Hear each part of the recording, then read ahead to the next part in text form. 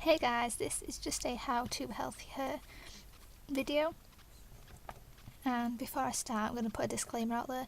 This works on my hair and hope it works on yours, but I can't guarantee that because obviously everyone's hair's texture is different, so I'll just put that out there. And it'll also depend on how damaged your hair is. So when we're doing this video I will explain my hair history and things that I've done to damage it as well. So we'll first start off with how often you wash your hair. I used to wash my hair every single day and apply heat every single day, and it was quite hard for me to get out of that habit because your hair gets used to it, like your hair is trained. So if I didn't wash my hair a day it'd be super greasy, and it did take me a long time to get out of washing it every day. And this is going back years. This was like when I was at college. So I'd have to find time where I wasn't at college for, like, say if we had a week off, in that week I'd not wash my hair for 3 days and then do it for 3 days. And my secret was dry shampoo, because I know a lot of people can't use it or don't like it. It's just about finding the right product. And with changing my hair from every day to every other day, even that small step made my hair so much healthier. So that is what I changed first. And after or before, it's up to you, before changing your hair routine you need to find a good conditioner and shampoo. Now, I have found several good ones and okay ones, and I play around with them quite a lot. Now, you don't have to pay loads to get a good shampoo. I am going to be uploading a best and worst hair products video on Monday, so this is going up on Friday, and you can go and check that out, and that'll be just what I think are the best ones, and there will be a variety of price range in there. So once you've chosen your shampoo, and for me, I've had coloured hair and I've had natural hair. Honestly, I didn't notice the difference between the colour saving shampoos and the normal ones, but it does depend what colour you have. So shampoo, you should always apply it to your scalp and massage it, and not apply it to your lower ends of your hair, because your scalp is the one that produces the oils, and although some of the oils may go down into your lengths of your hair, the shampoo, after you rinse it or whilst you're rinsing it, will go down the lengths of your hair and clean the lengths of your hair. But you need to focus on the scalp to massage it for hair growth, and also just to give it a good cleanse. Now, conditioner will depend on your hair type, and will also depend on how often you shampoo, you conditioner your hair. For me, when I had really dark hair, like black hair, I conditioned from my roots to my ends, and it didn't make it greasy. It was just, my hair was so dry that is what it needed. But as time's gone on and I've changed loads of hair colours, I am now rocking the ombre look, and for me, I find that it's only the bleached parts of my hair that need the conditioner, or the deep conditioner shall I say. I do apply conditioner all over my hair still.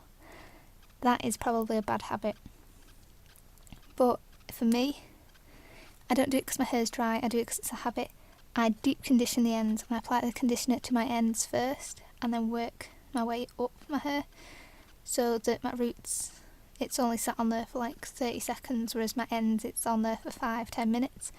And the longer you leave the conditioner on, the better it is for your hair. I'll talk about deep conditioners and other products to use for your hair later in the video. I'm going to move on to dry shampoos now. And I know they're not for everyone, and obviously there is a lot on the market. Now, I have found 2 good ones, and I will link both of the websites below. But obviously the first one is Batiste, and I'll just show you a Batiste one because I have one.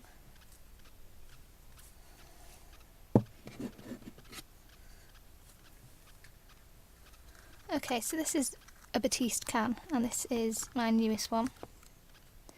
Sorry about the camera angles. And also Lush's one, and I can't remember what it's called for the life of me. I'll link it below. But this Batiste one is loads cheaper than the Lush one. But, you know, they're both good. So with dry shampoos, for me they were a lifesaver, and I've spoken to people who hate them and can't use them. It honestly is just about finding the right one for your hair that doesn't appear too white, that does the job. And I've tried loads, I mean loads, and I will probably do a video of the best ones and the worst ones and things like that soon. So once you've picked your dry shampoo that you like and find it does the job, this will help with your hair routine. Are you washing it once a day or twice a week or whatever?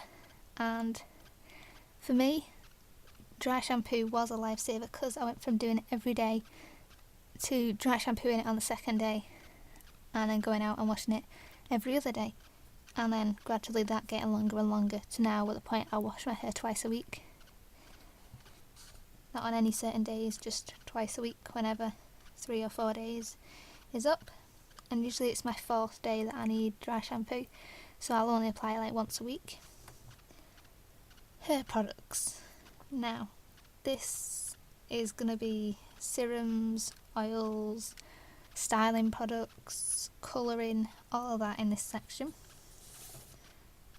So, I will start with oils. Now, for me, I've used 2 types of oils. I've used 3, sorry. I've used the hot oil treatments. I've used the VO5 ones. Didn't like them at all. I've used olive oil and coconut oil, and for me, they're both the same. They're both really good. So I'll show you a oil I currently have and currently use. It's coconut oil. And this has been in several videos as well.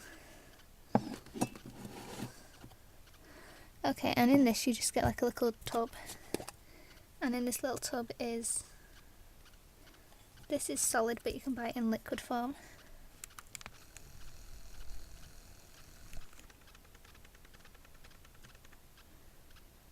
And it's just, you put it in your hands, you rub your hands together and it warms up with the temperature of your hands, and then you rub it all over your hair.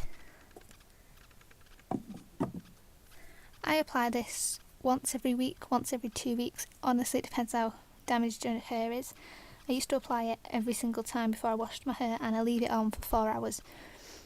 And I know that is a pain. Like, I would come in from college, apply it straight away, not go out, do any work or anything I had to do, and then rinse it off, because it makes your hair look really greasy when you have this on, because it is an oil. But I think it's worth it. You can even do it like once a month. It depends how damaged your hair is. And olive oil is the same. You just apply it, leave it for, hours. Obviously you can leave it on for longer. Some people leave it on overnight. I've never done that. But again, personal choice. So serums. Now, I know there are loads of these on the market as well. And before I get into serums, the more product you put in your hair after washing it means it's got a higher chance of getting dirty quicker. So I don't put that much stuff in my hair. Now, serums, I've tried the John Frieda Frizzies and the LV one, I can't remember what that's called. It's in like a little gold yellowy bottle with a red lid, and I think that one's for colour treated hair, but they do another one for normal hair. I will put the name in the description if I can find it. So this one is the one I have, and it's just a John Frieda one. It's been in a few videos before, and they usually come in packets like this. This one has a little pump and clear liquid. And serums vary in price, obviously depending which brand you get. And I have tried only 2 of them, and out of the 2, this is the cheaper one, and this for me is the best one. But you do get more in the other one. But this has lasted me for so long, it's ridiculous. This was £6, and the LV one was 14-15 I think. So obviously price wise the John Frieda one's better, and it doesn't smell. The LV one stinks and lingers around all day, so I don't like that. So you've got oils, serums, now hairspray and styling. Obviously heat is damaging to your hair, even if you use like a heat protectant or heat mist or whatever you call it, it's still going to damage your hair. Now this is coming from someone who used to blow dry the hair, straighten the hair and then style it, completely different to how I'd straightened it or wanted it. Being quite indecisive really every day, and my hair after it being dyed, blow dried, straightened, styled completely different, curled, was a mess. And a video a long time ago was my hair was in a state, and it was the John Frieda video about the toner, but that's completely different. Anyway, I don't use heat on my hair, or I use it very rarely. I will use it if I'm going for a certain meal and I want to do something, but I find that I can do a lot of hairstyles with no heat, especially if I want my hair curlier. So you can straighten your hair with no heat. There's a few videos on YouTube, and obviously you can curl them with no heat, but heatless hairstyles do require some products. It honestly depends your hair type. So heat for me is a big no-no, and I know it's hard to cut down because I used to do it every day, and I went from every day to every other day, and then it gradually got less. I think I realised that I didn't need to straighten it every day or to blow dry it every day. I think it was just because I was in the habit, that is what I did. So I started by letting my hair air dry, which meant I had to wash my hair overnight instead of a morning. But honestly, it didn't bother me because my hair does take a long time to get dry. And then I found a few products that meant if I straightened my hair one day, it'd last until I washed it, like 2 days, maybe 3. And I again will link those products down below.